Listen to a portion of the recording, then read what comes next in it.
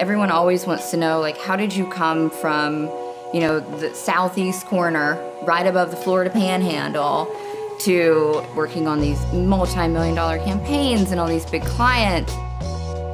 I never hide who I am, and I feel like that's what makes me good at what I do. I didn't even have any really creative hobbies growing up. I was just like, I went to school to be an English teacher at Troy Dothan. I found a bunch of old cameras that were my grandfather's. They were really cool, like old box cameras, some like little brownies.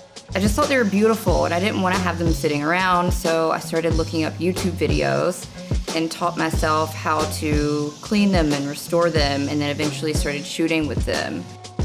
And that was just kind of it. I was like, this is fascinating and beautiful. And then there was like a connection to my grandfather who had passed before I was even born.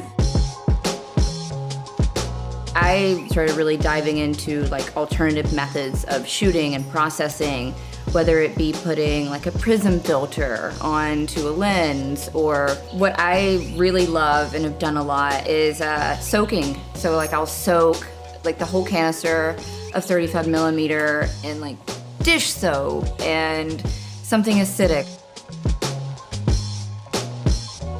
You have to rinse it, and then I let it dry in the windowsill for usually around a month before you can even shoot it. It's like a labor of love process, so it's not an instant gratification thing, which kind of makes you become attached to the film itself, or for me it does.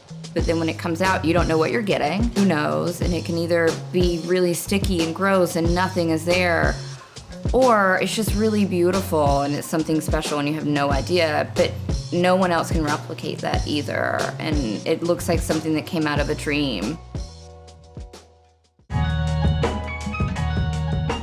I went to New York to visit my sister in my third year of school, and it just like, it clicked. Like, this is my place. I don't know what I'm gonna do, but I have to go. And I dropped out of school and packed up everything, couch surfed for 3 months, and then found my first job as an admin in an advertising agency. I worked for the head of a creative department as her assistant, and she was just really sweet and open and would ask my opinion on things, even though she didn't need it.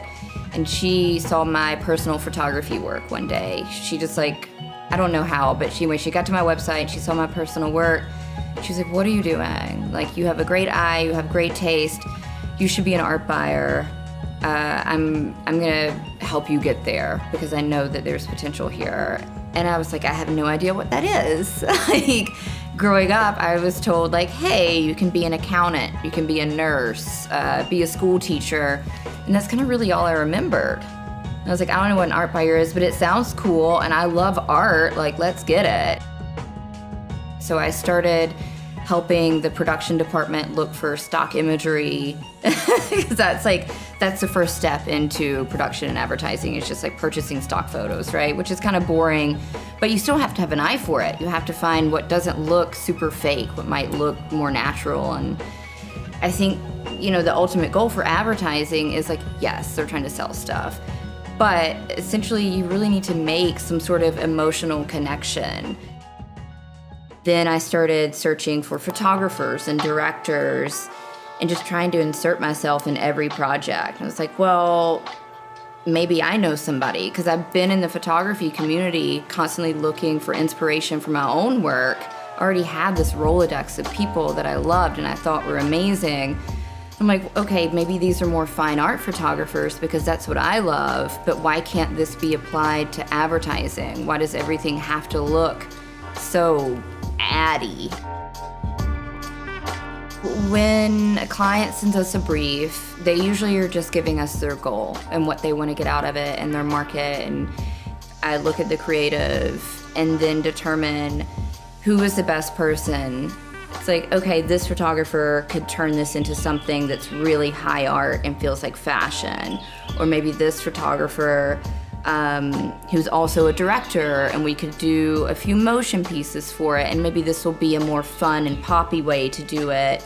And then everybody looks at those lists and thinks about the different ways to execute it. Not many people get to do this and like literally love what they do every day and get to be constantly inspired by finding new photographers, finding new directors and artists, and being able to work with people that are just incredible and inspiring. I never thought that I would be shooting a commercial and art directing and producing stills with Harmony Korine. It's humbling.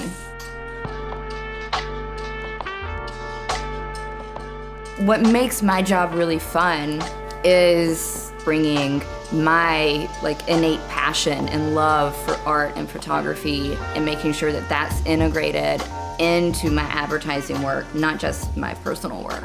I want everything to kind of have a little bit of my stamp on it, like the Darnell stamp.